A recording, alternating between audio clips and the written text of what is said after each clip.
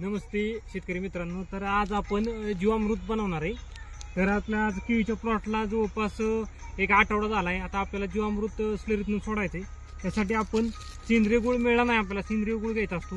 आता आपण तात्पुरता बाबा ही 2 किलो गुळ, NPKचं बॅक्टेरिया 1 लिटर आणि बेसन आपण 2 किलो आणलेलं आहे.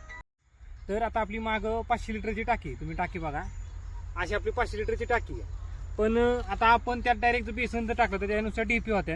त्यासाठी आपण काय करतो, बेसन असं 20 लिटरची बादली घ्या, 10 लिटरची बादली घ्या, त्यात मिक्स करायचं, असं टाकायचं आणि मिक्स करून घ्यायचं, पूर्णतः मिक्स करून घ्यायचं.